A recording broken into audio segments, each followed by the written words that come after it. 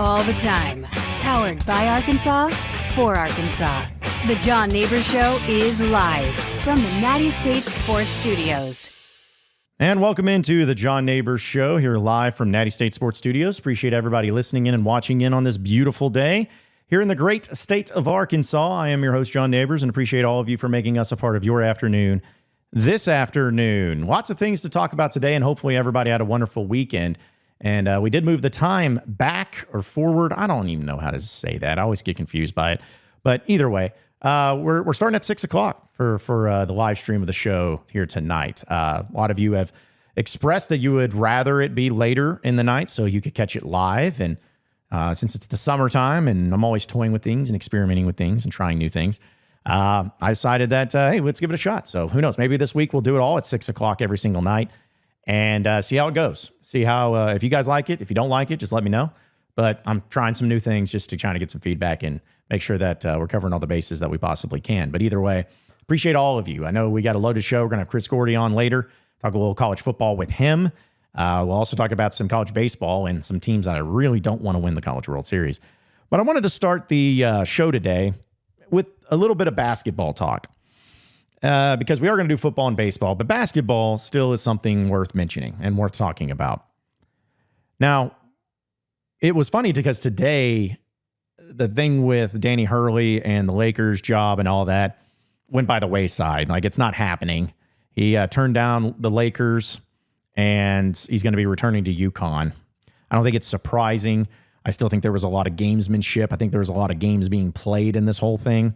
So, either way, I think that at the end of the day, they had some things that, maybe they wanted to work through and make sense. But for the Lakers and for the UConn Huskies, it's like moving on or anything. But anyways, that doesn't matter because there was always this talk from a lot of Kentucky fans. I think we're hopeful about Cal going to UConn if Hurley left. And now I started to see some things from Kentucky media and fans of like, oh, well, there is a coach that really always wanted to coach LeBron and Anthony Davis, and of course, meaning Cal, and that he could possibly go to the Lakers. And I still think, it's nonsense. I do, as far as him leaving. So I don't think you have anything to fret on that. But it's amazing to me how so many Kentucky fans or just fans in general may see or go after some Razorback fans because of the excitement that they have for John Calipari. Because let's be honest, just here on Natty State Sports, every single time that we've posted something or talked about something dealing with basketball, it is hit like nobody's business. The Pot at the Palace with Curtis and Scotty has been incredible. The numbers that it's done and the consistency that they've had in it and them breaking it down and talking about it, it really showcases the excitement level that Razorback fans in general have for basketball and for Calipari and the players that have been added and the players that are returning. And you're getting closer and closer to the entire roster being filled and finalized to at least we can know what's going to be coming of it moving forward. But I will say that seeing some of the responses from people just being like, oh, you're getting excited about what Cal tweeted out. Well, he's been saying those things for 15 years. Good luck with that. Okay. I'm going to use, I guess, Kentucky as an example, but also correlate it to a Razorback example too. Folks, I don't think anybody really truly understands in the moment how tough it is to be great. How tough it is to win a championship, but also consistently be great. Be in the conversation. Be right there on the cusp. Like, how many sports, we can use the Razorback example, but how many sports do you feel like, honestly, truly, that you are set up for at the University of Arkansas to win a national championship in? Where you have all the amenities, you have the funding, you have the support, you have the facilities, everything across the board, recruiting, all of that. Like, how many sports do you feel like Arkansas could win a championship in? Just being honest. Some of you may have a different answer, but to me, I have felt like Arkansas has literally everything that they need in every sport, maybe besides football. I'm still hopeful for football, but I'm also trying to be realistic in football. They have enough to be a solid, good to even great program, But to be a national championship, best program, top 5 program in the country, year in and year out, I think is asking too much. But they pretty much have everything that they need in every other sport to win a national championship. So how many championships have they won? I mean, they've won 1 in basketball. They've won 51 in track, which we'll talk about here in a second. But overall, for all those sports, I think 19 sports and 18 of them, I think they have everything that they need. They've only won championships in just a handful of them. But yet they're set up to. They have the potential to possibly do it. So what's the problem? What's gone wrong? What's been different? Well, I mean, we could spend all day talking about the reasons that you could or could not win a championship, and people could agree or disagree. But the point is that I'm trying to make is that it is hard. It is so hard.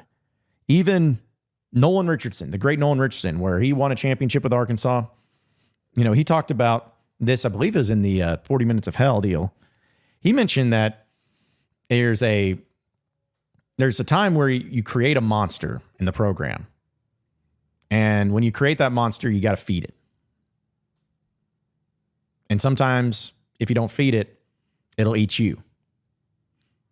That's pretty much the example that he was setting and that he was referring to.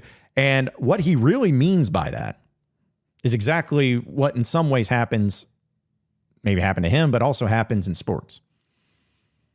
You create a monster, you set the precedent, you set the expectation, but if it's not being fed at the same level and the same height, then it's going to turn on you. And I think that's what happened essentially with Kentucky and Kentucky basketball. Kentucky is one of the best basketball programs in the country. They have won championships. They've done it all. But as I try to bring up with people, and we'll find out if this happens, but was it really about Cal or was it really about Kentucky? I think the combination of both is extremely helpful, but there was a time where Kentucky did struggle a little bit, in the later years of Tubby Smith, the Billy Clyde Gillespie years. It's tough. It's tough. And they got Cal and it all was incredible. But there's no reason, at least right now, to believe that they're going to be even better or perform better consistently with Mark Pope. It's just a lot to ask. And that's, I think, where Razorback fans are excited, because some Kentucky fans are like, oh, you just have a lower expectation than what we do here at Kentucky. And I'm like, no, I don't think it's a lower expectation. I think Razorback fans are in a different understanding than what Kentucky fans are. Kentucky fans, by and large, still feel like they can win a national championship or go to a Final Four each and every year. And if anything has been proven in March Madness and in the NCAA tournament, you never know what to expect. You never know what's going to happen. And so there could be a rude awakening for those fans as they see what Mark Pope does. It may end up being pretty terrible, or it may end up not working out, or it may be kind of lower than what they were doing with Cal. And they're going to shake their fist and be like, well, fire this guy and we'll move on. But people are going to remember too about Cal. The whole adage, you never really realize what you have until it's gone. It could potentially do that. Now, I could be saying this from the perspective of a Razorback fan kind of making fun of Kentucky or making fun of the situation that they're in. And maybe there is a little element of that. But this goes for you too, Razorback fans. This goes for you too. I think specifically with baseball and Dave Van Horn, there's been a lot of criticism over the lack of postseason success over the past 2 seasons. No question. No question. You've been back-to-back years of a national seed. In fact, 3 of the past 4 years that you've been a national seed, you've yet to make it to Omaha. You were a 1 seed in 2021. You were the 3 seed in 2022. And you were the 5 seed this past year. You've yet to make it at Omaha in those years. But the year that you weren't even a top 16 seed is when you went to the College World Series. That's what it's defined by. That's what the success is defined by. We all get that. But anybody that thinks that they just need to move on from Dave Van Horn, or Dave's never going to do it and they just need to move on from it, I want to put this into perspective and make it extremely clear. That's dumb. because anybody that thinks that they can just magically build up a program or pick up right where they left off and be even better because, oh, well, Dave Van Horn's not here, so we know we've hit his pinnacle, we got to move on, is ludicrous. It'd be different if Dave was struggling across the board. Recruiting wasn't there. The on-field success during the year wasn't there. The excitement wasn't there. The attendance was going down. Like, that would be different, but it's not. Yes, the postseason is where it's all defined and what makes you and makes or breaks you as a coach and as a program. I get that. I understand it. I agree with it. I respect it. But the fact that Arkansas has had so much regular season success shows you that the program health is still really good. Arkansas is still nationally relevant. They're one of the top programs in the country. So to think that you just move on from a coach and things just get better is not always the case. We've seen that happen. Even at Arkansas, I know that it was different circumstances, but when Nolan Richardson moved on from Arkansas, the Razorbacks were in purgatory for nearly 20 years. Until Eric Musselman arrived, until things started looking better for them, and now with Cal, there was a little bit of a purgatory there. And it's been unfortunate. And you could say the same thing about football. I remember I was blind enough and arrogant enough to think, well, Bobby Trino, I love Bobby Trino. I still don't think he should have been fired. That's just me. But when he was, and I was like, well, Arkansas is still a dadgum good program. Because look what they did. Look what they've done. They're on top of the world. They're one of the top 20 programs in the country. And since then, it's kind of been also a little bit of a purgatory for Razorback football too. Point is that you don't understand how difficult it is. So when you have something great, when you have a unicorn, when you have a rock star that is constantly churning out competitiveness at the highest level, don't ever think that you're better than that. Don't ever think that you're better to just move on because they do 98% great, elite. But that 2% up there that'll get you that 100% success, which is without question very important. But that 2%, if they can't get to that, then they need to be fired or you need to move on because somebody just magically will be able to come right in and change that. It's not so easy, folks. It's not so easy. So just keep that in mind. Always keep that in mind when it comes to Razorback athletics, when it comes to Razorback sports. Never miss out. Always hold on to that golden goose because you never know what's going to change and you never know what's going to happen and you never know when you're going to be missing out on the things that you wish you had. Just trust me, as a Razorback fan, I know. How many times do we talk about the past? How many times do we talk about, well, we wish it used to be? That's what happens when you make a wrong decision in any athletic program. That's for sure. We'll continue the discussion here in just a second, folks, but I got to tell you about our friends over at Hopper Termite and Pest here in Arkansas. Listen, we know it's that time of year. Pests are going to be all over the place, like rodents, roaches, mosquitoes, especially flies. They're everywhere. It's that time of year. So don't let it continue to boil over. Take care of business, get it fixed, and get it done by the professionals over at Hopper Termite and Pest.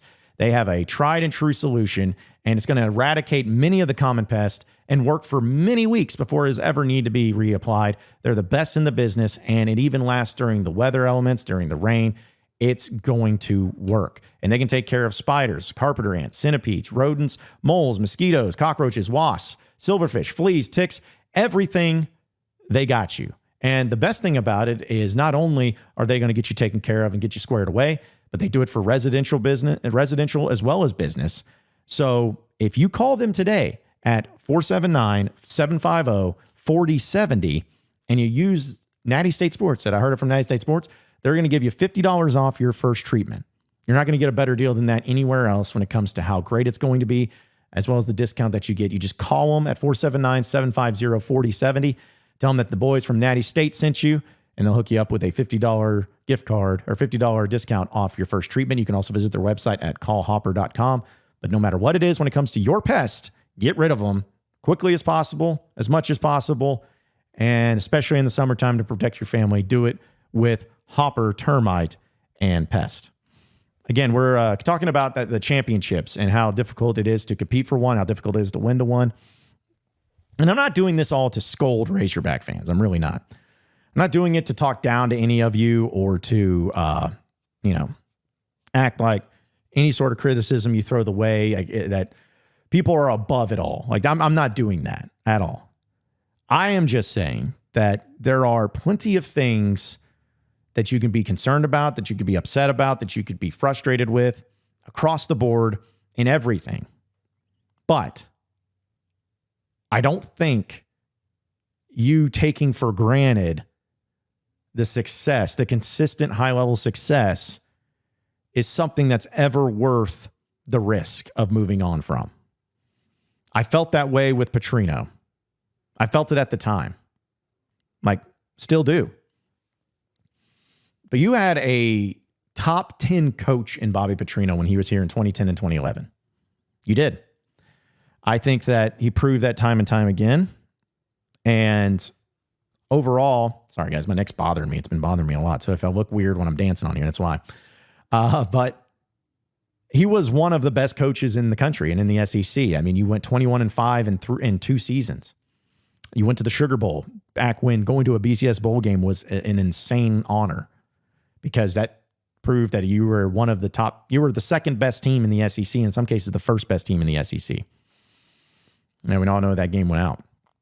But just think, like, you went 21-5 where you changed quarterbacks, you changed tight ends, you had some players move on from the defensive side. Like, you were able to do that. And I don't care what anybody says, because I believe it's wrong, and I will argue with anybody till the cows come home on this. People who believe that Bobby Petrino's recruiting was falling off, or that it was no longer astute or to the level it needed to be, needs to check themselves into a mental hospital, folks. Like, I'm not saying that it was perfect, but I think that's just almost an excuse that people try to make themselves feel better on. When it's like, oh, well, Petrino couldn't sustain success because the recruiting was dropping off. Are you kidding me? First off, he had Brandon Allen as his quarterback, which we know that Bobby Petrino can coach quarterbacks better than anybody, and Brandon Allen is a great quarterback. I think he could have been even better. He was great his final year at Arkansas, but I think he could have been even better if he had the right coach in place instead of Chaney in the first couple of years under Brett Bielema than ever. Like, I really think that could have been the case. So you're going to have a great quarterback. But think about some of the best players that Bielema had because of the Petrino era. Jonathan Williams, great running back. He was recruited by and signed by Bobby Petrino. How about a guy like Trey Flowers? How about him? Chris Smith, rest in peace. How about him? Think about Tevin Mitchell, how great he was. Think about that offensive line. Travis Swanson being on the offensive line. Bray Cook. Think about the wide receivers.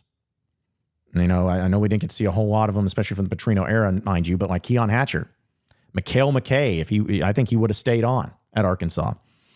Marquell Wade, I think if he, who knows what would have happened, but he still would have been on those teams. But been great. You think about, other positions too that he did a great job at, and a lot of them were so crucial. Darius Philon, I can't forget him.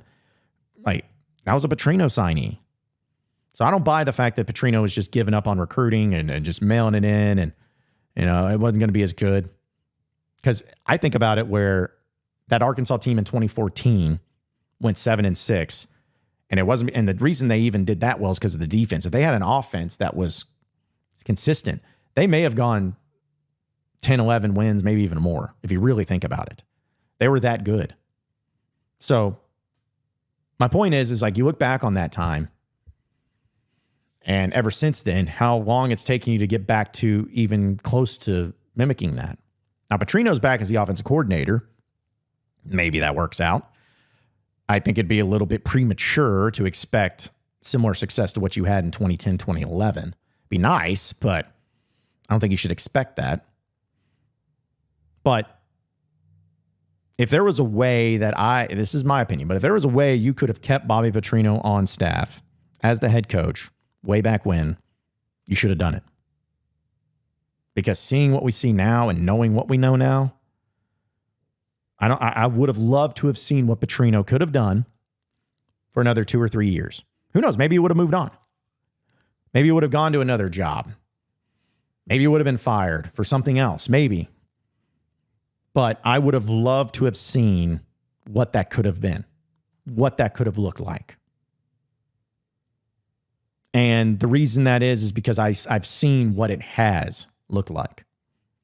And it's not been great. Folks, since that point, Arkansas has had 1 year, one season where they've gone over 500 in SEC play, and that was in 2015, which should have been a much better year. But since you lost to Texas Tech and Toledo in a non-conference, you went 7-5. You've had 1 year where you've won more SEC games than you've lost. Since that point in time, you've had one season that you went 500, 4-4, and that was in 2021. Every other year, you've been and had a losing record in SEC play. 2012, you went 2-6. You went 0-8 and 13. You went 2-6 and 14. In 16, you went 3-5. In 17, you went 1-7. 18-19, you went 0-8 back-to-back years as Chad Morris. Technically, you went 3-7 in SEC play in 2020 because of the 10-game SEC schedule, but even if you correlate that to 3-5, if the schedule would have stayed the same, you still losing record. You went 3-5 in 2022, and this past year, you went 1-7. I still would have loved to have seen what that could have been.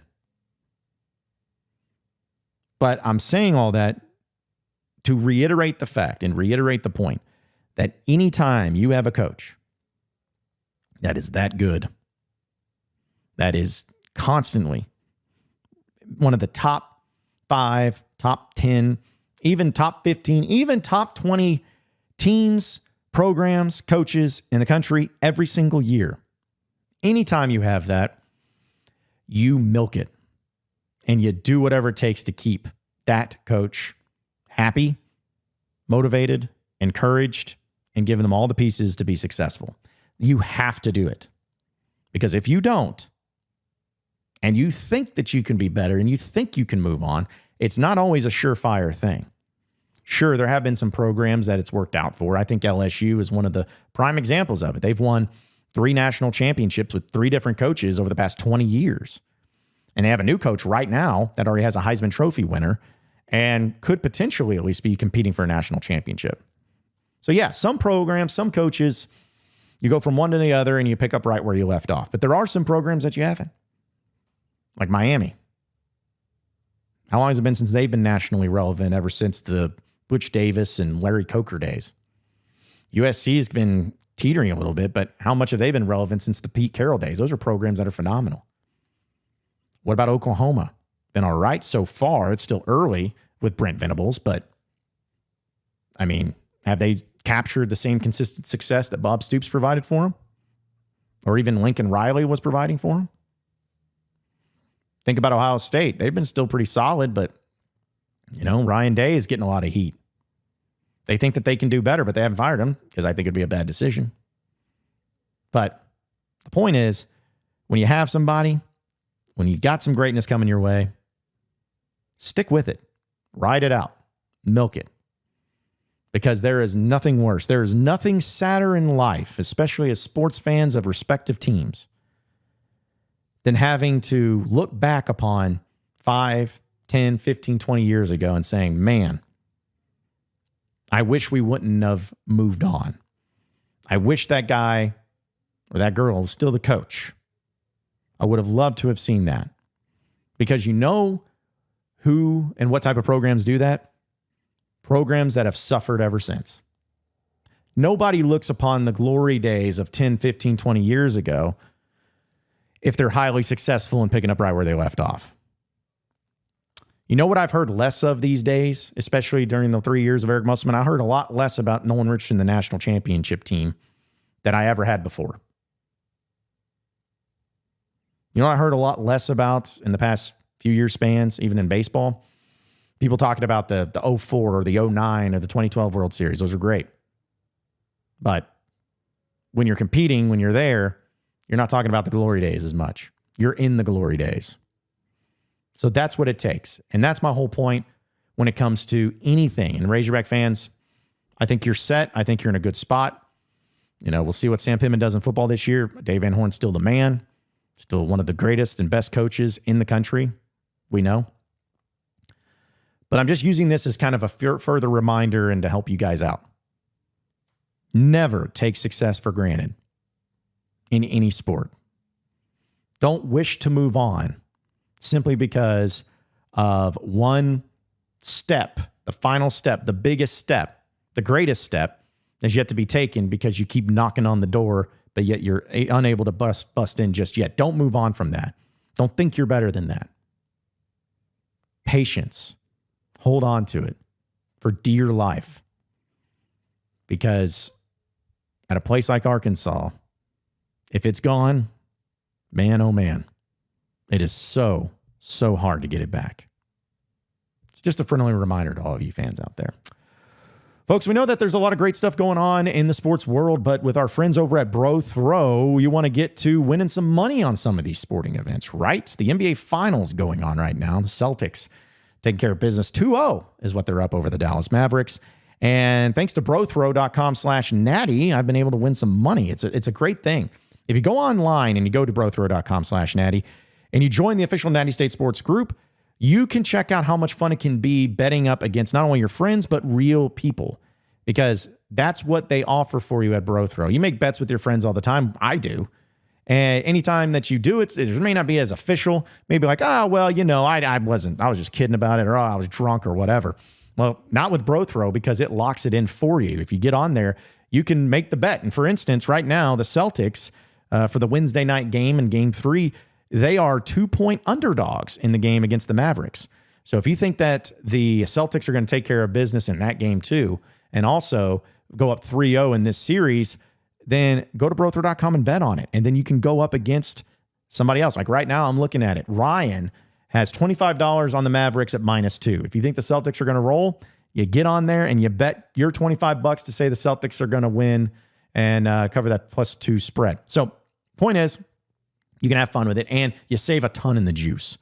This isn't some sort of house that takes a lot of the money or a big percentage of the money like BroThrow continues to say that they don't do, because they don't. Like, that is what makes them better. That's what makes it fun, is that they're always able to provide you as much savings as possible where the money is the money, and it saves up. And they even have a little bit of a meter that tells you the more you bet, the more money you save in the juice, and you're still winning that money. So check it out today at BroThrow.com/Natty. That's BroThrow.com/Natty. You can also enter in the code Natty. It'll take you right to the group where we can admit you on there, and you can start having fun in the Natty State Sports community. And as a reminder, it's free to sign up. You must be 21 years or older, and there's no VIG. Pays even money out. So go check it out today. It's BroThrow.com/Natty, official partner of Natty State Sports. 1, 2, 3, let's go! All Natty, all the time. Powered by Arkansas, for Arkansas. The John Nabors Show is live from the Natty State Sports Studios. All right, Razorback fans, I know that college baseball in the postseason is actually still going on right now, and a lot of you, probably like me, don't really want to watch. I don't want to watch it. College baseball is great, and I'll maybe have it on in the background, or maybe if I'm over at Tin Roof, I'll kind of glance over at it whenever a game's going on, but I'm not really fully paying attention to it. And it's not because it's like, I don't care about college baseball if the Razorbacks are in it. That's part of it, but it actually is more so of just seeing the other teams. And at least right now, we'll see what Georgia ends up doing tonight. But as of right now, there are quite a few teams, once again, from the SEC in the College World Series. You got Tennessee, Kentucky, Florida, and Texas A&M. Those are 4 SEC teams that have officially punched their ticket to College World Series in Omaha. And if Georgia is able to beat NC State tonight in their Super Regional, they also will advance to the College World Series. And the SEC will have 5 of the 8 teams represented there in Omaha. Now, I hate to even bring it up. I'm sorry. I know that a lot of you are just like, why are you doing this to us? Why are you talking about this? Well, because I wanted to make something clear when it comes to my viewpoint and how I feel about Arkansas right now, and where things stand currently with the team and Dave Van Horn and the frustrations that's come from it all and everything. But people ask me about, like, and I think when I say people, it's not a lot, but people ask me about the whole SEC chant thing, SEC, SEC.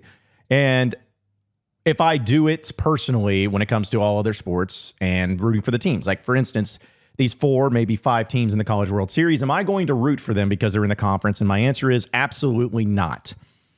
I would rather stick toothpicks in between my big toe and big toenail and kick a cement wall than see one of these teams or root for one of these teams to win the College World Series.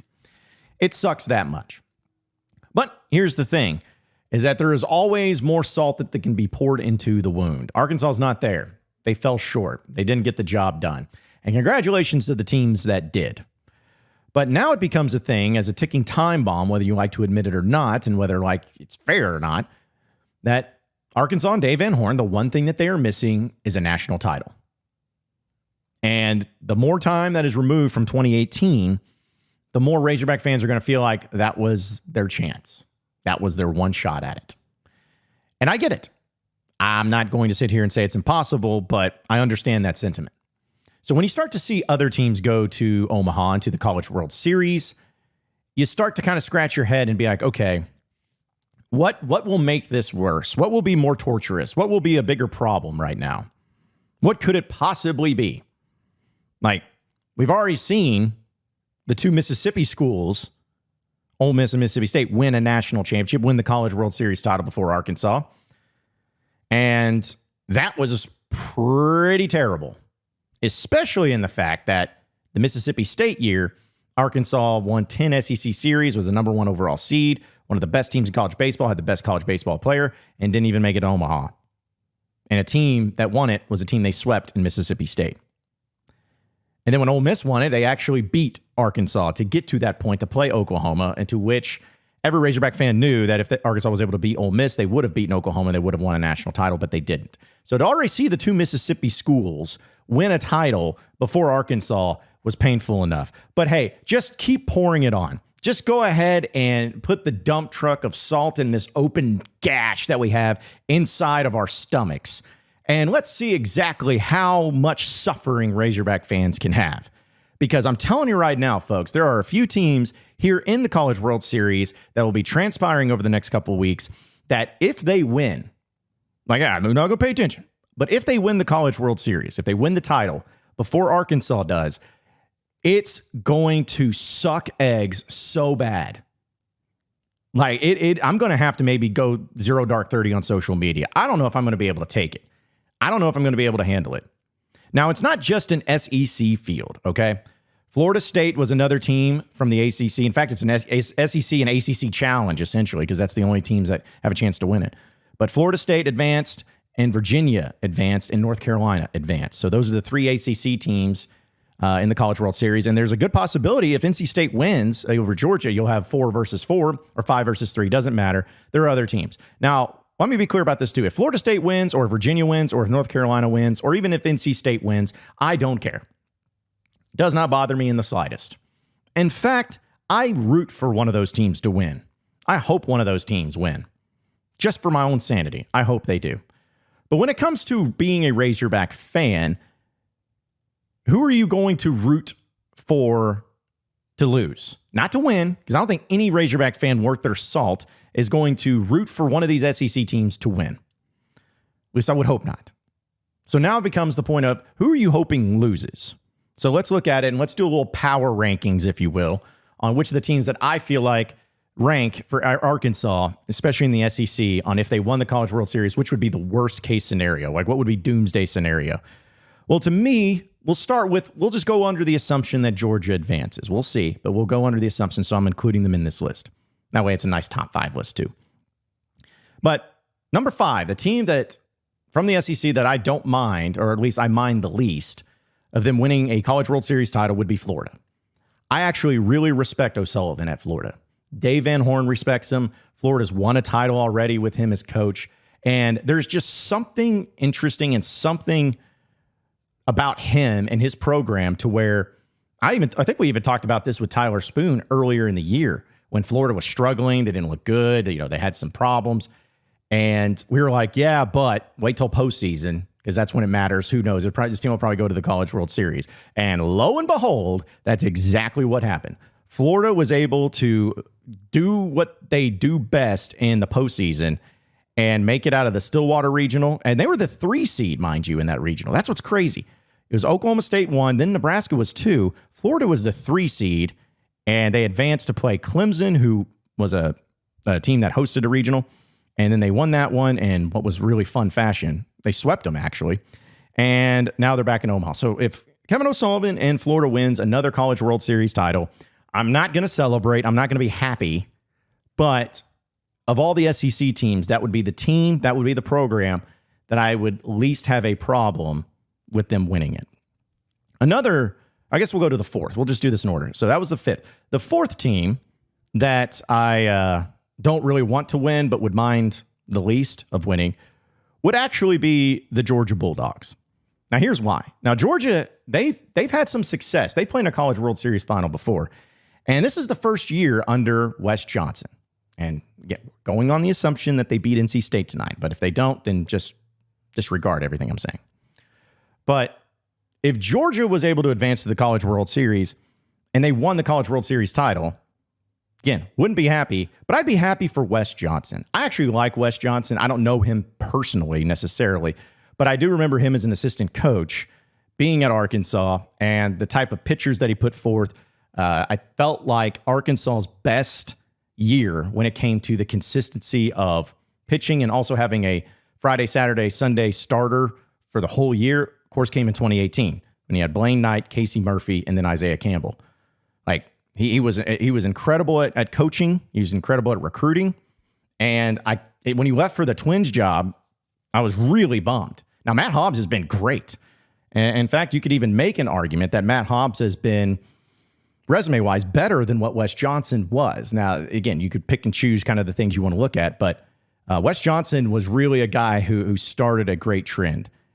And he seems like he's a good guy. He went to LSU. He left there to go down to LSU to be the pitching coach and obviously won a College World Series title there.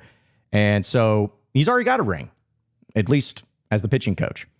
And he knows what it takes. And, it's so crazy, too, to think that the offense is really what Georgia has been known for, even though Wes Johnson's a pitching coach. But still, I think they've done some nice things. I respect Wes Johnson.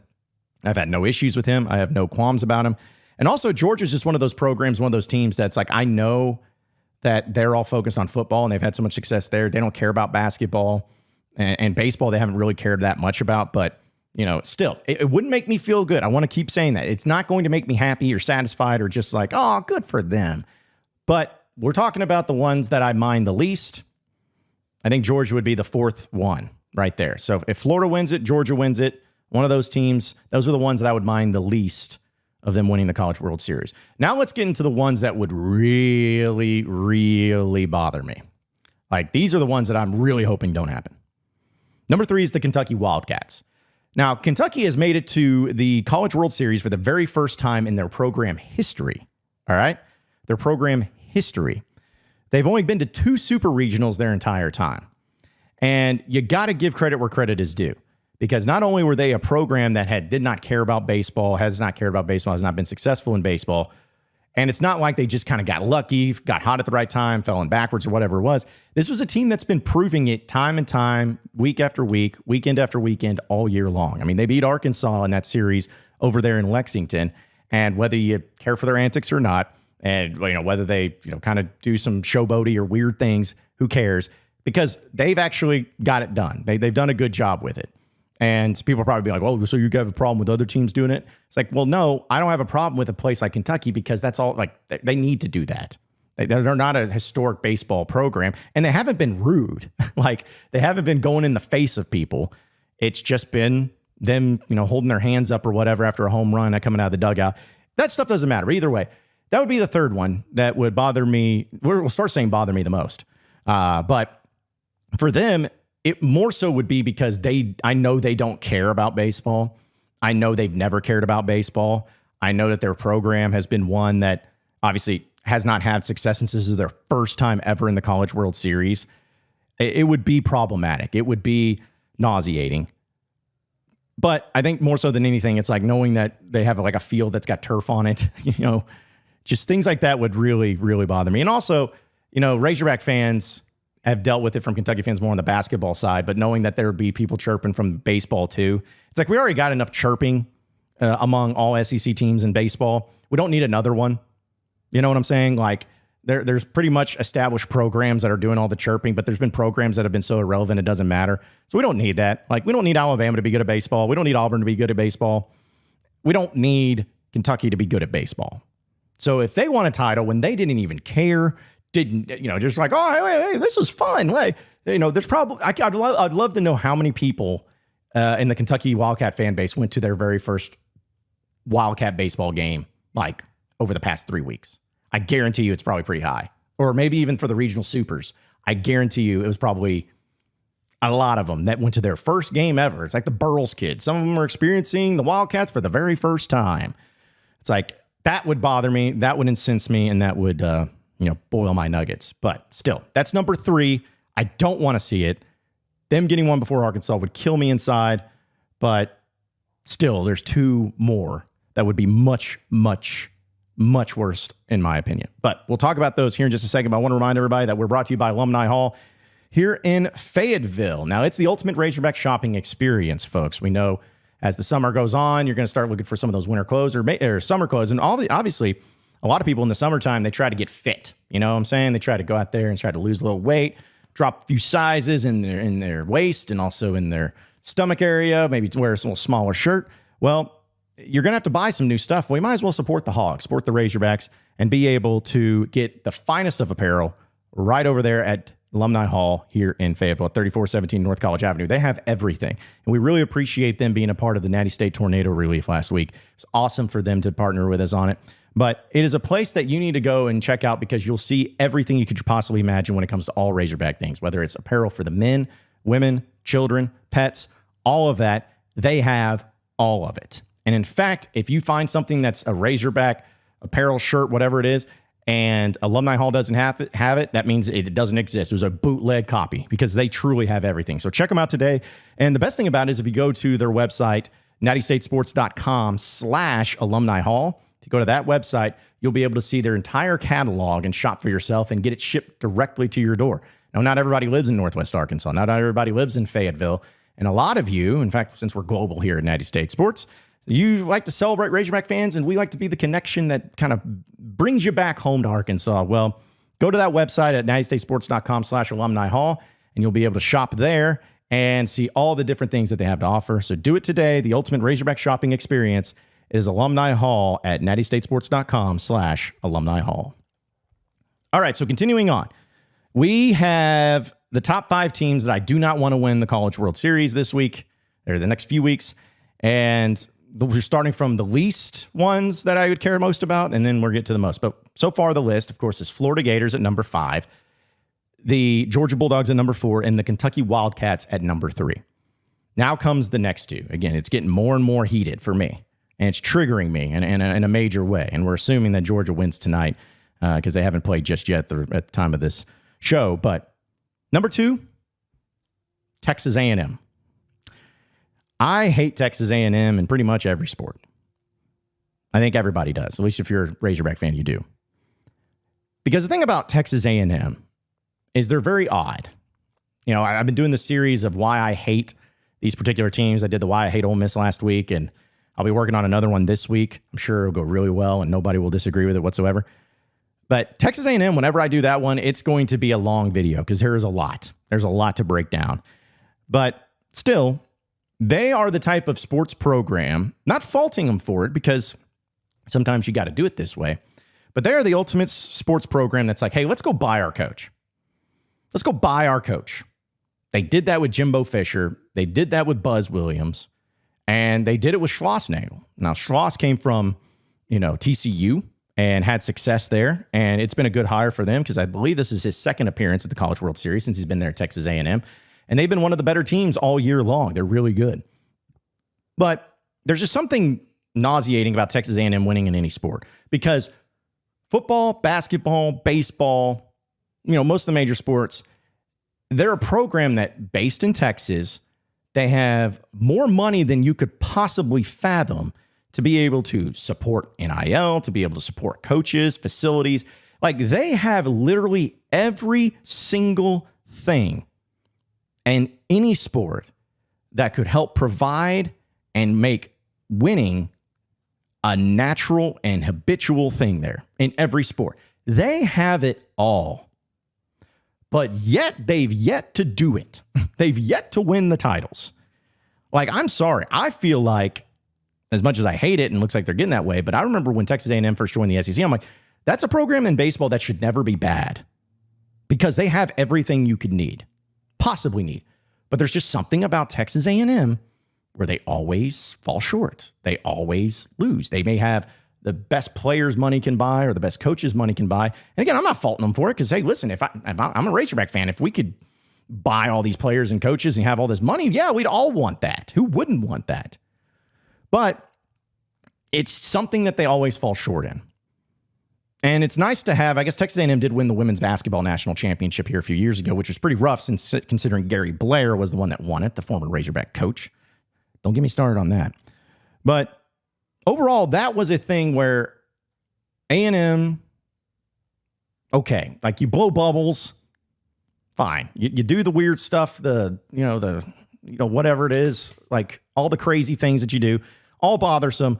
But to see Texas A&M win a title before Arkansas would be pretty disgusting, if I'm being honest. It would just be disgusting because they just hired their coach Schloss over the past few years, a few years ago.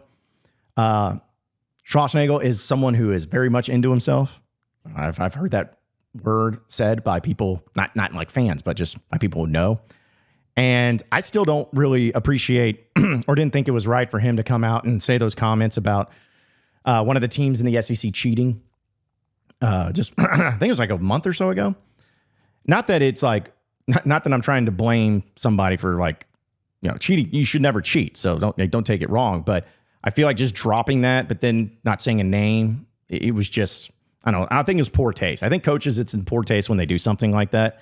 I'm like, man, don't come out there and be like, yeah, they're over there. They're somewhere else. They're cheating. Oh, yeah, who is it? I can't say. Okay, so why'd you drop that? Because all it is you're trying to throw negative attention somewhere else and be like, see, we run it the right way. We do things the right way. Yeah, I'm sure. I'm sure you do. So anyways, A&M winning the College World Series and seeing them celebrate, seeing the College World Series, I guess, is it Charles Schwab now? Always going to call it TD Ameritrade, but the Charles Schwab Stadium filled with all those Aggies and them doing all their stuff and they're hanging around doing all this stuff. And I'm like, I want to die if I have to watch that or even have to witness that. And here's the thing is I hate Texas A&M, but some of my best friends in media, some of the people I respect the most and I'm closest with are actually Texas A&M Aggie media. Like Billy Lucci's an awesome dude from Texags. We have David Nuno's great too. I've been on his show before.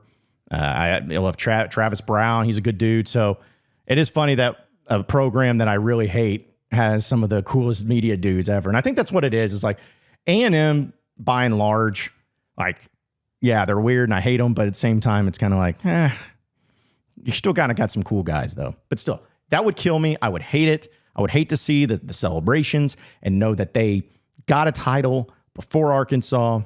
And just, I mean, that would be on par with me, like seeing Ole Miss and Mississippi State when they won theirs, where it's just like, oh, why? That would be rough. And finally, you all know where this is going. You all know by basic logical deduction, the team that I'm about to mention as being the team that I do not want to win a College World Series title now or ever. The Tennessee Volunteers. Now, I wish I could play the clip. It's really long. But here's the thing that before I go into that. I love Tony Vitello. I respect Tony Vitello. I've had some fun with that at the expense of all that stuff that happened with him and Dave a few years ago, having that interaction on the field. But I continue to say, as well as halfway troll, a lot of the Tennessee fans and saying that, hey, Tony Vitello is going to be the next head coach at Arkansas. Whenever Dave retires and hangs it up, I think that, he's going to be the next head coach. So people are like, oh, you're crazy, Tennessee fans. You're just like, why would he go? Well, I believe that if Dave Van Horn said, Tony, I want you to take over Arkansas, I think Tony would be like, yes, sir, I'll be there. But that's a story for another time. But we all know why it would be the worst to see Tennessee and Tony Vitello win a College World Series this year. Let's just start with Tennessee and then we'll get to Vitello. The Tennessee fan base, without question, has been one of the biggest nuisances of newfound success that we've seen in SEC sports. You know, it's kind of similar to what Auburn basketball was or Alabama basketball's been. Like, for years, y'all didn't even care about a program. You didn't care about your program. You probably couldn't even name players. But now you try to act like you're a blue blood. Try to act like you've been around forever. And it's comical. It really is. Tennessee baseball has pretty much become that. They made the outstanding choice to hire Tony Vitello. Because Tony Vitello, in my opinion, is one of the great coaches in college baseball right now. I think he might be the best recruiter. Every player loves him. I mean, folks, you talk to any of the former Razorbacks that played for him here at Arkansas or coached with him, they love him. And that speech that he gave in his press conference last night, and if you don't know what I'm talking about, just look it up, because that speech where he goes off about, you know, the expectations and what defines success was truly awesome and inspiring. And like, that's the type of guy you want. So, but the Tennessee fans, I don't think that they truly like appreciate, you know, everything that's been going on. Like they've got new facilities coming around. I guess it's still going to be a really small stadium that they're building. I think they have been, you know, just being like acting like they've been here before, acting like they know all about baseball. And to be honest, like there's always things that like, I don't forget things. I'm like the from Game of Thrones, the North never forgets. I think that's what it was. It doesn't matter. But I hold on to things, and I don't care what you say or what you think or what happened or what didn't happen. But that 2022 season, that Tennessee team that was so freaking good, as I brought before, I believe they won 56 games. They went 25-5 in SEC play. That was one of the most impressive college baseball teams I've ever seen, but they were horrible. They were horrible. It's one thing to do antics. It's another thing to flip off the outfield as you're rounding the bases on a home run, or to, you know, get ejected for, you know, saying some pretty awful things, trying to start some fights, trying to get into the face of other players. And even so, like the one that I will never forget, and man, his name just escaped me. I'm sure somebody will mention it, but the one where it was in the Super Regionals against Notre Dame that year, and he struck out, did not like the call that the ump gave him. He dropped an F-bomb to the ump. I don't know if the ump said, you know, what was that or whatever. And then he dropped another F-bomb to the ump. And the ump's like, you're out of here, and tossed. And he turned around like he couldn't believe it. I'm like, find me a sport, especially in the college level, where a player, after disagreeing with a call, can go up to an official or an umpire, drop an F-bomb, get asked about it, and then double down and say it again and stay in the game. Find me one of those. Doesn't happen. And the fact that he acts so shocked, like, so because of that team and because of how horrible they were and how they handled themselves, I am always going to root against Tennessee. And the fact that they embraced it there at Tennessee kind of shows a lot. They're like, people are like, oh yeah, well, you know, you guys say you do things the right way. Well, you know, we like to have fun. There's a difference between having fun and being downright offensive. And that's what Tennessee was that year. I think I even talked to a few former players. I won't mention their names because I don't want to say it without their permission, but I talked to a few former players at Arkansas, and I'm like, hey, if you had a guy that you threw at one of your pitchers, threw a pitch to, and he knocked it out of the park, and as he's rounding the bases, he flipped off the outfield, what would happen? And all of them said the exact same thing. They said he wouldn't make it to the home plate without being put up on. Like, he's like, if he's rounding second, the shortstop, third baseman, even they'll go up to him, that ain't happening. So that's the type of mentality. So that, and again, Tennessee fans, they embraced it. They loved it. They were just like, we're having fun. No, you're being jackasses is what you're doing. So that's one of the main reasons why I don't want Tennessee to win as the team. But let's talk about Tony Vitello. I think this one's pretty obvious. I don't want the student to get a title before the teacher. Now, Tony Vitello has nothing but the highest respect for Dave Van Horn. And Dave Van Horn loves Tony Vitello. I know that people will always bring up that little incident that they had in 20, I guess it was a 21. Yeah, it's 21 when Arkansas won that series. They got face to face and were screaming at each other. But as we've all talked about, that was over a recruit and it's over with. It's done with. Like, they all moved on. Van Horn still hangs out, talks with Tony V all the time, and vice versa. They love each other. They respect each other. And that's what's most important. So just to be clear on that.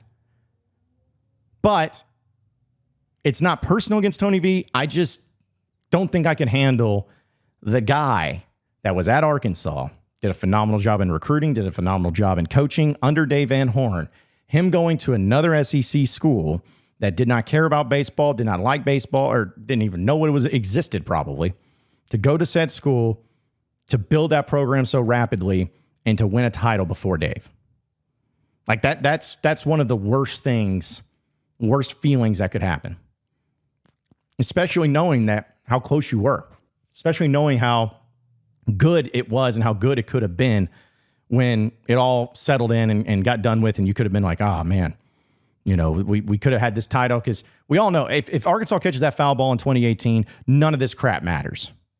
And who knows? Maybe Dave Van Horn's already retired and Tony V's the coach at Arkansas, and maybe they're going there. Like, maybe that's the case.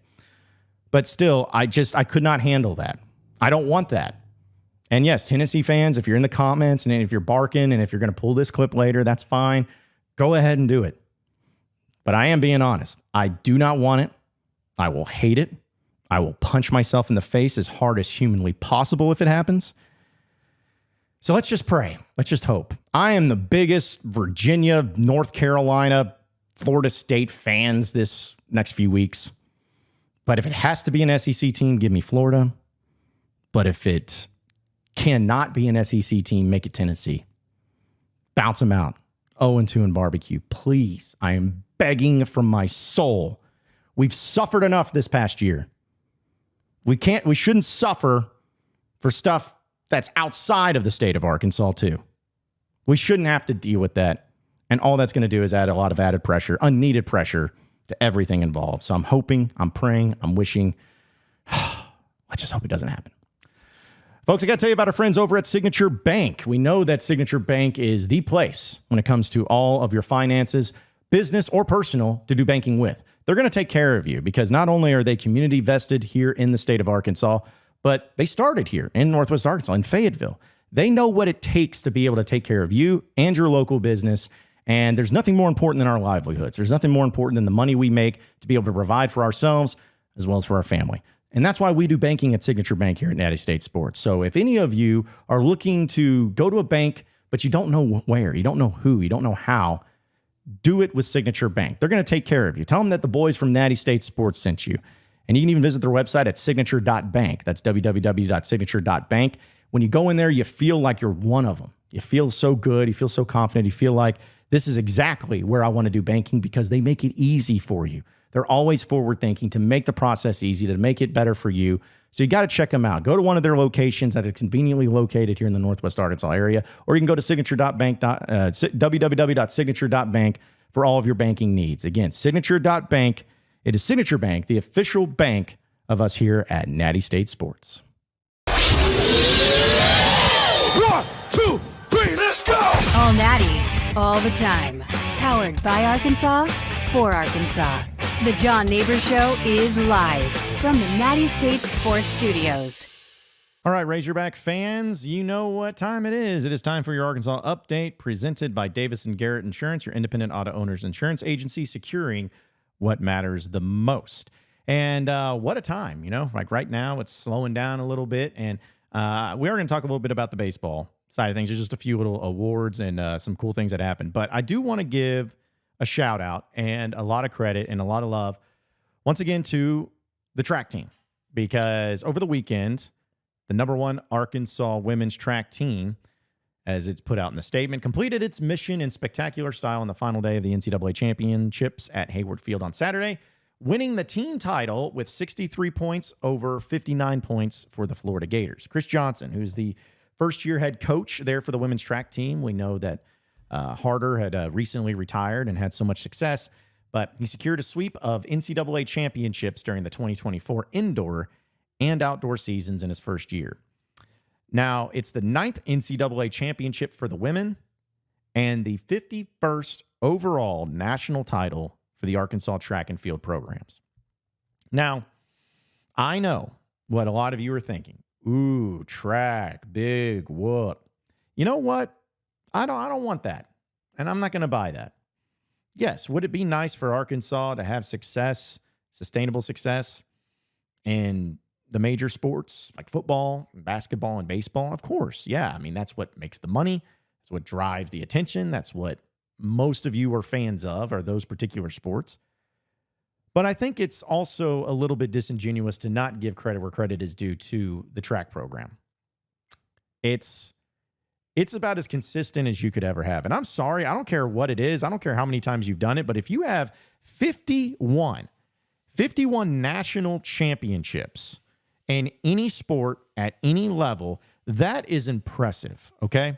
And especially when it comes to a sport like track, because I'm not going to sit here and go through the history of it all, but I'm pretty sure that if you went back in time, the longest running sport is track. I mean, we're talking about millenniums that track has been something that's been done in sports, done in the Olympics, whatever. But Arkansas has been dominant in it, and not just in men's, but in women's, and not just with one coach, but several coaches. So you got to give a lot of credit where credit is due. People don't understand, again, in any sport, how tough it is to win a championship. Because it is. It's extremely difficult no matter what.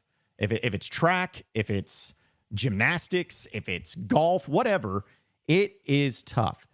And the fact that Arkansas has done this 51 times in one sport, it's really mind-blowing when you break it all down. Because I'd even throw in this into the mix too, folks, that the amount of triple crowns that Arkansas has, they have 6 triple crowns in men's track. Where, of course, for those of you who may not know, the triple crown is when in the same year you win the indoor, outdoor, and cross-country national championships.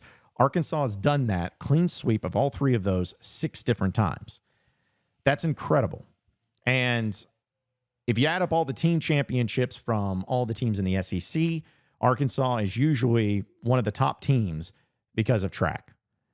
You want to be great in everything. You want to be great in the sports that, drive money and all that, and I understand it. But give credit where credit is due and give the flowers to the track team. Like, they deserve it. And they have an absolute machine, an absolute program that is hard to be touched. And it's not like that track's not a popular sport. It'd be one thing if they've won rowing championships, because not everybody has rowing. But track, pretty much every single major university has track. It's one of the, I hate to put it this way, but it is one of the cheaper sports to be able to have in your schools. It's just because, some places don't have football because of how expensive it is. But track, it is very abundant, very prevalent, and very important because, you obviously, when you do track, you have ways to move on and be professional in track and, go for the Olympics and everything. So the point is that Arkansas winning as many national championships, it seems like it's a ho-hum day at the office, but it's awesome. And credit to Chris Johnson in his first year, credit to the team to be able to win indoor and outdoor national championships. That's impressive. That's incredible. And again, just want to give credit where credit is due. They deserve it. They deserve the attention. They deserve the love and appreciation for Razorback fans. I think a lot of you do. And maybe I should do a better job of giving a lot of credit to some of these sports that end up having big-time showings. But shout out to them. Another national championship, another day in the office for the Razorback track team. But also some news for Razorback baseball. Arkansas pitchers Christian Fouch, as well as Gabe Gackle, have been invited to the 2024 USA Baseball Collegiate National Team Training Camp. It features 56 of the premier non-draft eligible college players for a two-game Stars versus Stripes intra-squad series on June 26th and 27th. And that's over in Cary, North Carolina. USA Baseball will name the final collegiate national team inclusive of International Friendship Series roster and a Summer League Tour roster following training camp on June 29th. So congratulations to Christian Fouch and Gabe Gackle. Very few players obviously are allowed and invited to go to that, but it shows exactly how they're feeling and how good they are. And also, speaking of Gabe Gackle, 2 Arkansas pitchers were named freshman All-Americans today, actually. Right-hander Gabe Gackle, as well as left-hander Colin Fisher, were named freshman All-American teams by the National Collegiate Baseball Writers Association. Gabe Gackle was a first-teamer, and Colin Fisher was named on the second team. That's actually the 27th and 28th Arkansas players named to the freshman All-American teams since Hagen Smith and Brady Tigert earned the honors in 2022. So, kudos to them and shout out to them. You know, Colin Fisher has a lot in front of him, but I'll say this. Gabe Gackle, to me, is the guy that gets me pumped up and excited. I think that as soon as next year, he could be a guy. I think he's going to be the ace starting next year, like in the beginning. Maybe they go into the portal. Maybe they bring in some other guys too, and there's some other really good pitchers. But I think Gabe Gackle has all the makings and everything that they need to have him be another incredible pitcher. And that's the thing I love about college baseball is that you get all these elite players for 3 years. And so I guess unless you have an Andrew Benintendi situation when your birthday's a certain time. But I'm telling you, with what Gabe Gackle showed me as a true freshman, and again, Colin Fisher I think is going to be great too, you got to feel really good about him and being in that position. And, at this point in time too, not only is Gabe Gackle, I feel like he's going to be a starter. I think Brady Tigert, when he returns and gets done with his injury and recovers from it, I think, of course, he's going to be a starter. We'll see where else they go. I know Hunter Dietz is someone they've been waiting on to see what he can do. Colin Fisher's been solid, and again, as a true freshman. And Christian Fouch, we'll see him back in the mix. But the point is like you still got some pieces. I know Arkansas is going to be overhauling a lot of the roster this offseason. But by and large, I've been pretty thrilled and pretty happy with the amount of pitching that they have returning and the possibilities that could come up from them continuing on in their careers and not only getting the honors, but also being motivated and having a great pitching coach like Matt Hobbs. I think it'll really make a difference in the long run. So there you have it. There is your Arkansas update presented by Davis & Garrett Insurance, your independent auto owners insurance agency, securing what matters the most. 1, 2, 3, let's go! All Natty, all the time. Powered by Arkansas, for Arkansas. The John Nabors Show is live from the Natty State Sports Studios. All right, we know that the football season is just a mere 80 days away, at least for Razorback football, so it'll be here before we know it, and it is the dog days of summer with SEC Media Days being right around the corner next month, actually, down there in Dallas. So we'll have a chance to hear from a lot of different SEC coaches as well as some players, but it's all about Arkansas and football, and some Razorback fans are excited, some not so much. But we'll talk about that as well as some other things as we go ahead and welcome in a very special guest here on the John Nabors Show. It is Chris Gordy. He is the host of the Locked On SEC podcast as well as Sports Talk 790, the co-host of Next Up down there in Houston. And Gordy, as always, man, appreciate you joining us. How you doing this afternoon? Yeah, man, it's list season. It's that time of year. I just got my my Athlon and Lindy's preview guides. I got Phil Steele on the way, so this is the time of year where we start to thumb through the season preview guides, and everything's locked in, and everything's all list season, over under win totals, and all that kind of stuff. And it's fine, but it's just like, all right, can we get closer to the games? Can we get closer to fall camp and what some of these actual depth charts are going to look like? Yeah, that's actually a great lead in to my question for you to start. What's the thing you hate the most when it comes to like the off season, maybe the type of topics or the written content or the list? Is there something that like every year it gets brought up and you're like, I hate, this is so dumb, stop talking about this, or you get so frustrated when people bring it up? Is there something specific when it comes to college football, especially? Well, the thing I don't like about this time of year and what happens is we get brainwashed. And what I mean by that is I've been told by so many people that they think Texas is the second best team in the SEC behind Georgia. And what we do is we regurgitate this so much and we hear it so much over and over that by August, September, we know it as fact that Texas is the second best team in the SEC, and they're going to go play for, the SEC crown in Atlanta, and they're going to make the playoff. And Sark is awesome and all this. And I'm going, whoa, wait a minute. Let's pump the brakes here and actually like talk this out. And I've been saying this the last couple of weeks to months, like Texas's schedule, everybody's just going like, well, Oklahoma got the easier schedule and Texas got the harder schedule in the SEC, like Texas got the easy out. And then I look at Texas's schedule and I go, bro, this ain't Kansas and Baylor and, like everything else. Like this is still an SEC schedule. And so for us to act like there will be no transition at all, I think is a little naive. And then the other part of it is can we not look at Sark's track record and like, he's a very average coach. He's fine, but he's not like, he's not the elites. Now he's being paid like it. And he just had an awesome year at Texas last year, but go look at his track record. In 5 seasons at Washington, his best season, I think he went 8-4 there. Spent a season and a half at USC, went 9-4 there. And then at Texas, prior to this past year where he went 12-2, his best year at Texas prior to that was an 8-win season. So I think we've conditioned ourselves to believe, oh, Texas is back. They're awesome. All because they have Quinn Ewers back. Like, I get you're as good as your best quarterback, but like Quinn Ewers' 2 biggest games last year was against Oklahoma on a neutral field and against Washington in the playoff.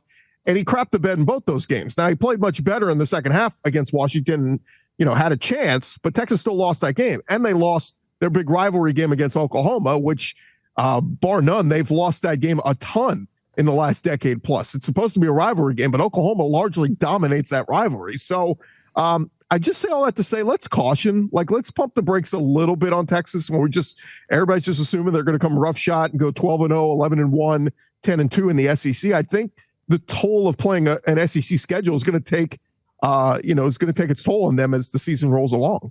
See, I'm with you too. Like there's still some things I want to see proven from Texas. The potential's there, but will they actually come through with it is yet to be determined. And, I think everybody, at least anybody worth their salt right now, if you were ranking the SEC coaches in football, like Kirby Smart's number 1. Like, I mean, I don't see any list where he's not number 1.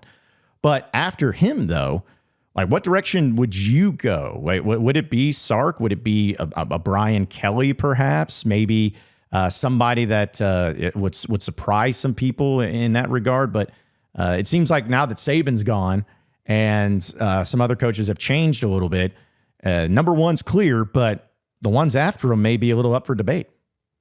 Yeah, see, people would automatically probably go with Sark because he's the flavor of the month, right? I mean, we know what he just did. He just made the playoff. But Brian Kelly's got way more of a better track record. I mean, that guy has won, double-digit win seasons, like 5 or 6 straight years, going back to his time at Notre Dame and then, his 2 years at LSU so far. So, I think Brian Kelly's track record, you got to admit he's one of the best coaches in the country. Now, that's only because Nick Saban retired and, Jim Harbaugh, of course, goes out on top, wins the title, and then leaves.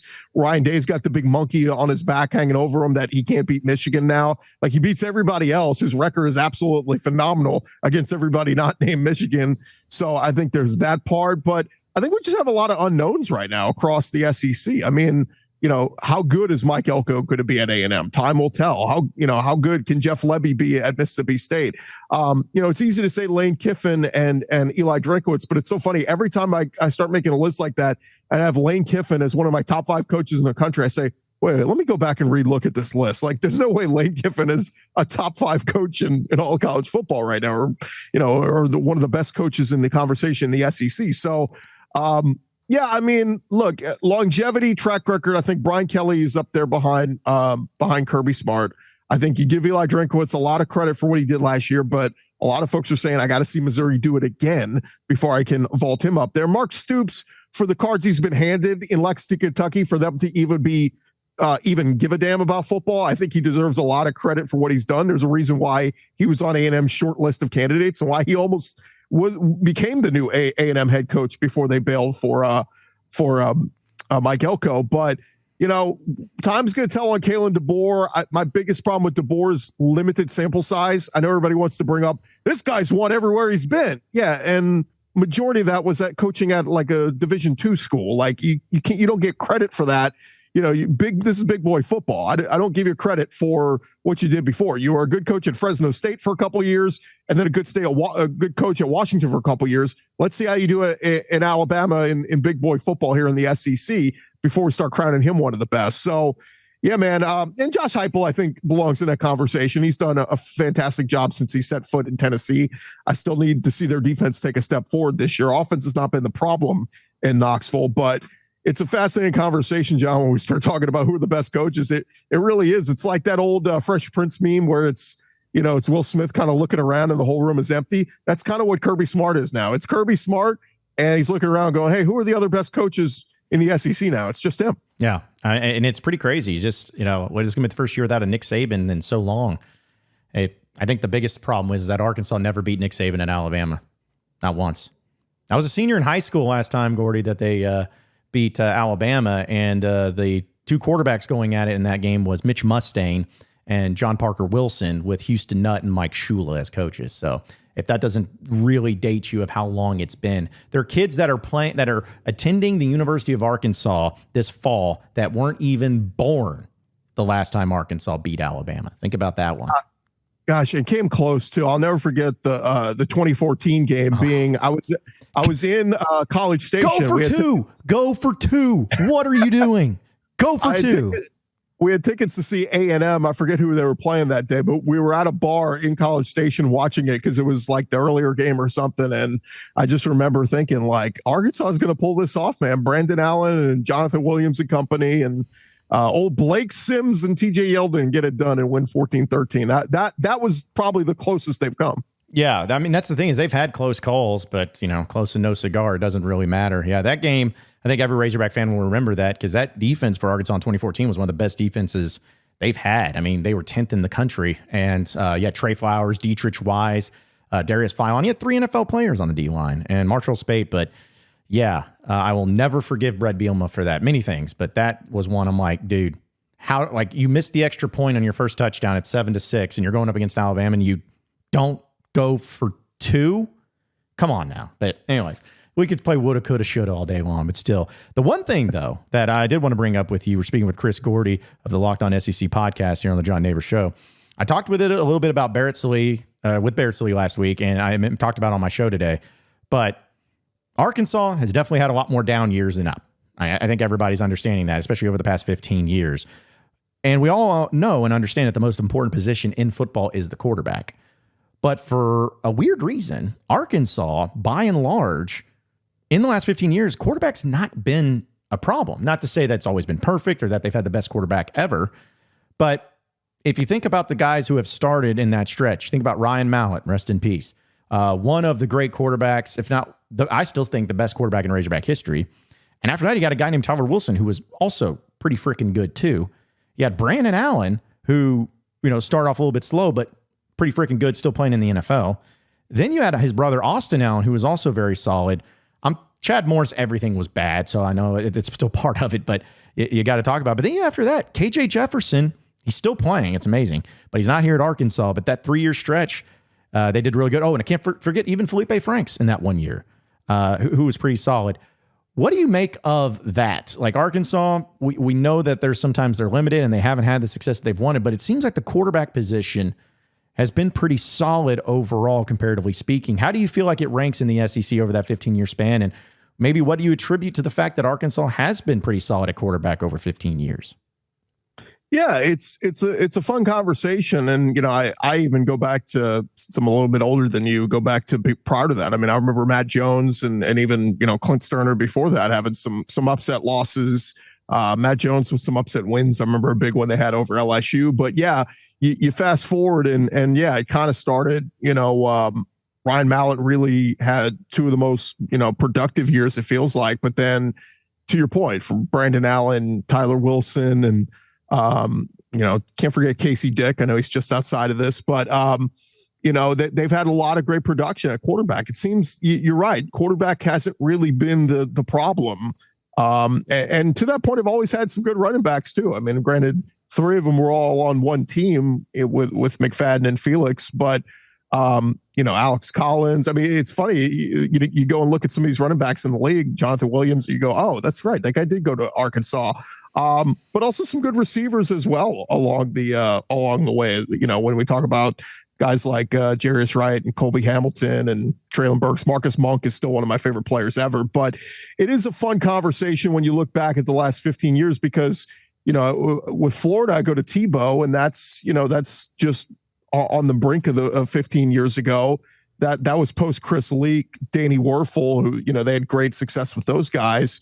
Probably Alabama you put up there with what they've had at quarterback.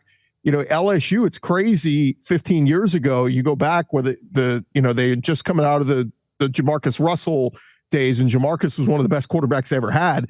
And then they go into the doldrums of having like Jordan Jefferson and these quarterbacks who can't throw for 100 yards because Les Miles was like, let's just run the football all the time.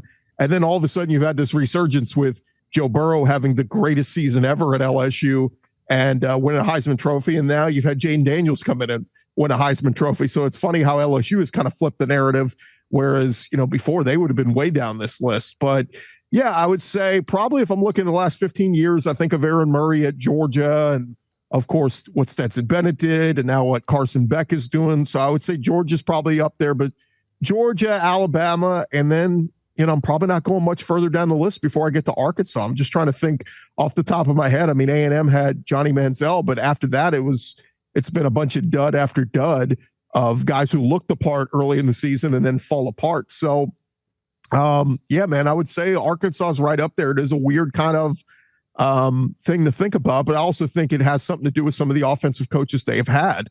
Obviously Petrino first go around and now coming back around Petrino second time around. Chad Morris, it was a terrible error, but at least he was an offensive minded coach. So that kind of helped a little bit. Bielema was, it was supposed to be a little bit more defensive minded, but they still had good quarterback play. So I don't know. It's an interesting conversation to get into, but yeah, you wonder why Arkansas didn't have more success on the field, or at least more wins to show for it with the good to great quarterback play they've had the last 15 years. I think it kind of sums up Arkansas really well. It's like the stat that I hate the most, but it gets thrown around is, Darren McFadden, Felix Jones, Peyton Hillis, like that. I don't think that there's any real disagreements in saying it was one of the greatest running back rooms of all time in college football. I'm not going to sit here and say it was but you could make an argument for it. And in SEC play, and that was before really Nick Saban arrived and the SEC was going on a stretch of dominance, that group went 500 in SEC play. Like, think about that. Yeah, that was when they were facing off against, I guess at that point, I think Dan Mullen may have gone to Florida, but still, it was like right there in the beginning where they could have, really set themselves apart. But still, yeah, that's just the Arkansas way. And I think it's also when you brought those quarterback from other places, because again, I'm not saying that Arkansas is the best, but I don't know. I guess because I was trying to think of like, oh man, Florida, they had Tim Tebow and all that, but then, they had some really down guys, like guys that were just not good. And I think that that's maybe where I look at with Arkansas, where it's like, yeah, the Chad Morris years was bad, but everything was bad. It wasn't the quarterback's fault that those teams sucked. So it was like every other year besides those, you've had a solid SEC quarterback. Like Arkansas has always been maybe I should put it this way. Arkansas has always been in the top half of the SEC at the quarterback position. Maybe that could be the way of putting it. And if you talk about the team success, they've been in the bottom half of the SEC. So maybe quarterback's not always the most important position. It sounds like you got to have a few more things other than that. Well, I think part of it too, John, is the reality, the stark reality. Maybe this will help with the SEC East and SEC West being eliminated now. But like, think of what Arkansas has had to deal with the last 15 years. They've had to deal with the dominance of Nick Saban in Alabama and the dynasty that he created. And even on the years where maybe they took a little bit of a step back, you had phenomenal LSU seasons, like 2011. LSU goes undefeated and gets the rematch with Bama. LSU in 19 with the Joe Burrow year. You had the Auburn Cam Newton year. I mean, if you had the Johnny Manziel A&M years, like it just the crap that Arkansas had to deal with in all these years was like superiority in the West. Even when Arkansas was really damn good, they got trumped up by a better LSU team or a better Bama team or a better Auburn team. And so, yeah, I think that just kind of speaks more to how ridiculous the SEC West has been the last 15 years. And maybe that's more why Arkansas hasn't had the success.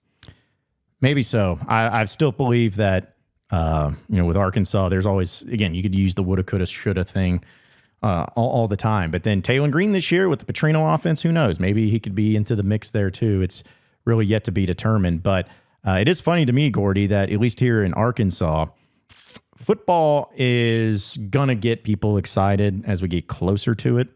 But right now, it's basketball, man. If I do a clip, and I'd work so hard on putting a breakdown of like each position group and put all that stuff in and all that work into the content, people watch it and everything. But if I do a video about, is Calipari going to win a title at Arkansas? It just blows up. So it's like, I think it's an element, of course, with Arkansas and the lack of excitement maybe they have for football, but also the excitement that they can't get enough of with basketball.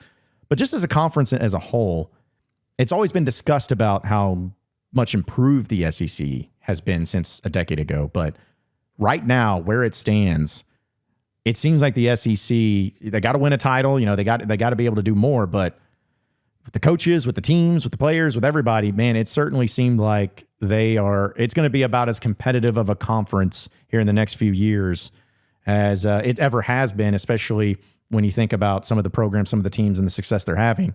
Again, you got to win a title, but man, this has been pretty impressive to see the transition of this conference and how much they've put into basketball and how much improved they've been in basketball too.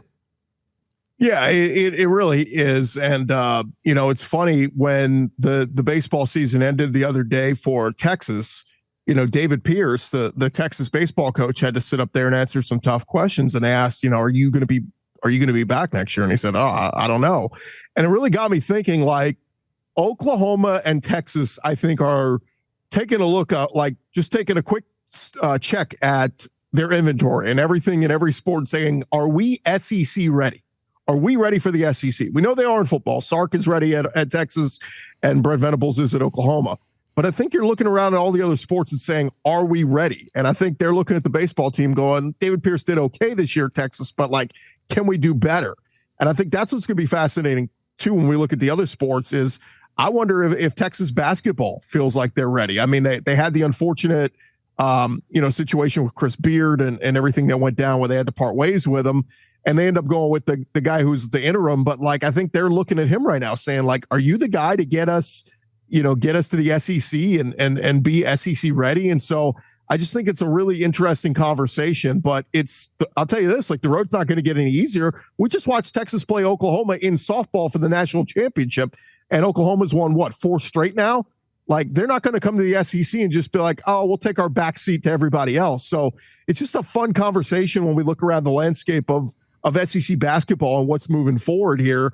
And having Calipari generates a lot of excitement. And obviously with the recruiting class he's got coming in and all the transfers and bringing in Big Z and DJ and Adu from Kentucky. But I love Jonas Adu from Tennessee. I think he's going to thrive in this Cal system. And we'll see on Davis coming over from FAU what he looks like. But if you're an Arkansas fan, how can you not be excited for what's to come for this basketball season? And, Cal's got a lot to answer. I thought it was very funny how he scheduled Oakland the other day. And, my wife was a Kentucky grad. She's like, oh, why is he scheduling Oakland? I said, I think there's a little bit of a cleansing of the palate that Calipari wants.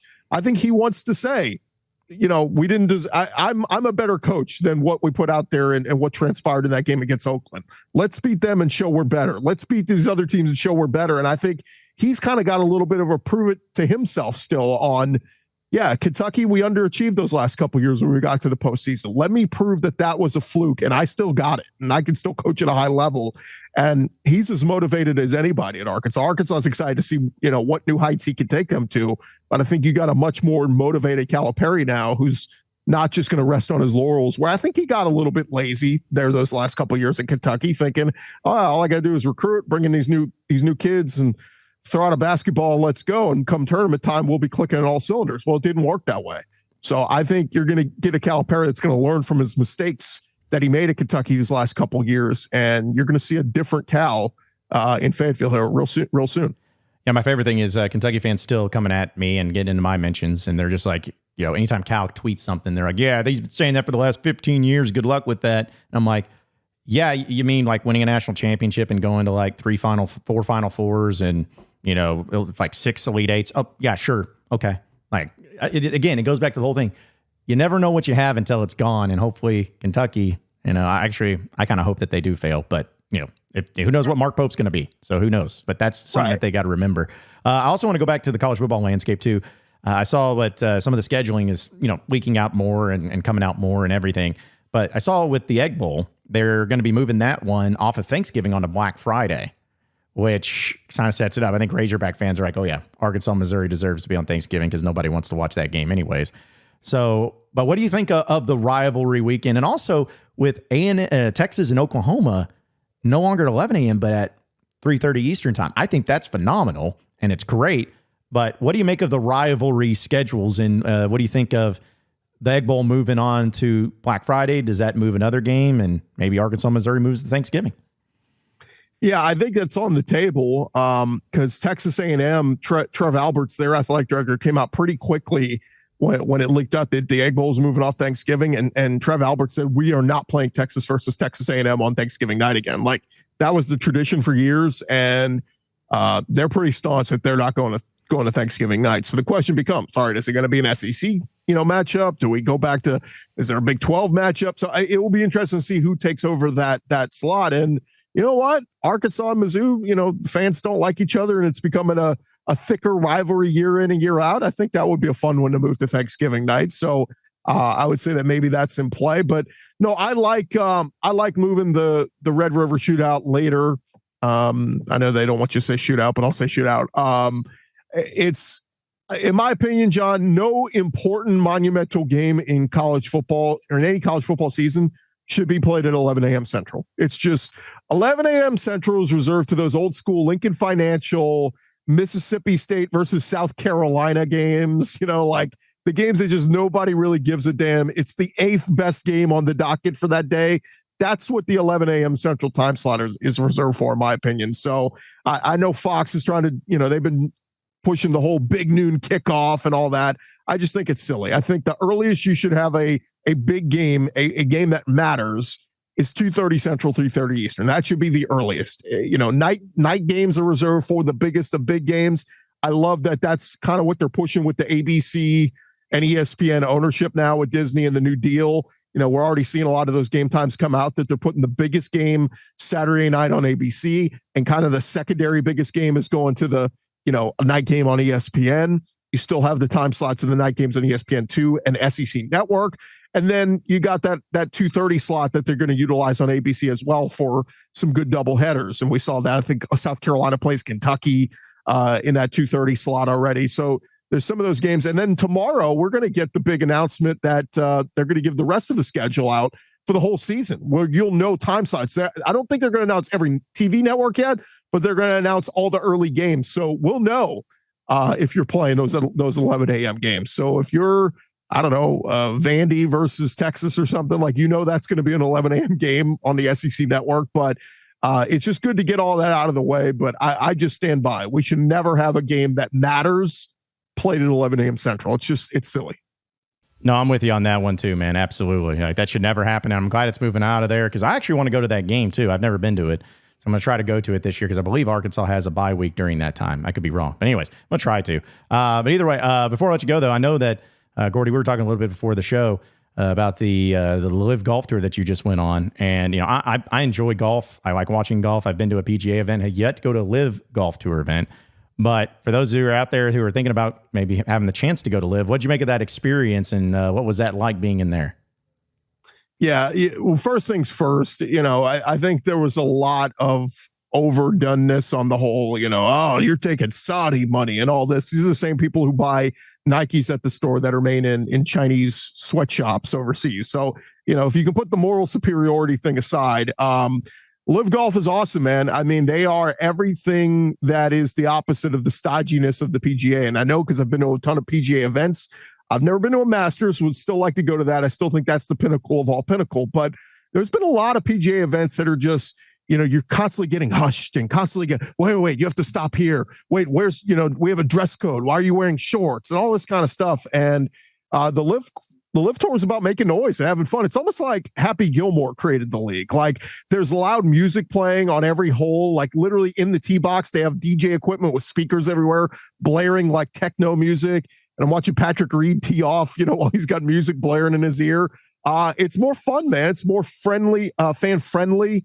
Way more access to the players. The whole driving range, they have digital boards with the players' faces, so you know exactly where those guys are going to be. They're all on teams, color coded and all that. It's just very different. Like, I can't tell you how many times I've been at a PGA event. I'm like, who's that golfer? Wait, I'm trying to read the back of his caddy's vest. Like, who is that? And here you just know, oh, there's Phil Mickelson. There's John Rahm. There's Brooks Koepka. So they're doing it the right way, man. They have tons of stuff for fans or for kids. Very fan friendly. They had a free concert Saturday night. Macklemore performed. I mean, I couldn't imagine the PGA saying, hey, night 3 of the US Open, we're going to have a live concert on, over next to the 18th green. Like, that's what the Live Tour is doing. And it's awesome. They're pregame video coverage, postgame video coverage. And by the way, they told me they're coming to Dallas in a couple weeks. So any folks in Arkansas want to make the drive down, I would encourage you to do it. And no, Live Tour did not pay me any money for this endorsement of them. But hey, my hand is open. I'm open to anything they want to give me. Did you say Macklemore? Like, he's still a thing? He's still around? Yeah, I'm gonna pop some tags. I mean, it's better than, like, I don't know, John Denver or something. John Denver's dead, dude. Well, okay, maybe John Denver cover band. Like, that's what I think of the PGA if they were put on a concert. Like America, like, you know, what old bands from the 70s can they dig up? I'd say, I was like, dude, you're like, all the music library you had, you happen to choose a guy who's died in a car or in an airplane crash. So, but hey, listen, that's okay. If anything else fails, we'll at least have John Nabors and Chris Gordy singing karaoke for SEC Media Days down there in Dallas that people can come and watch. Because that's we got to continue our shaggy. I guess it's a tradition at this point, but yeah, got to keep that one alive. And much like Macklemore, it was a free concert. We'll put on a free concert. There it is. Yeah, and it'll be probably just as good, at least in our minds, it will be. But it's Chris Gordy. He is the host of the Locked On SEC podcast. You can also check him out at Sports Talk 790 down there in Houston. And you can also follow him on Twitter at Chris Gordy. But as always, Gordy, appreciate it, man. And enjoy the rest of the summer. And I know we'll be catching up with you here very soon and later down the road, man. But enjoy it, all right? Yeah, it's almost here, man. Stay cool up there. This heat is killer out there. Well, appreciate each and every one of you listening in and watching in to the John Nabors Show. Be sure to like to all things with Natty State Sports across all of our social media, as well as on our YouTube. You can also check out the new QR code, as we've had on the screen, to support us with some of the merch, some of the great shirts that we have, as well as some of the new hats that you can find and be in store for and take care of. It's pretty awesome. And we appreciate all the support that you give us each and every day for listening, watching, and subscribing. And we're going to have a lot of great stuff going on this summer, so be sure to tune in for it. Same sports show, same sports channel tomorrow afternoon. Have a great rest of your night, everybody.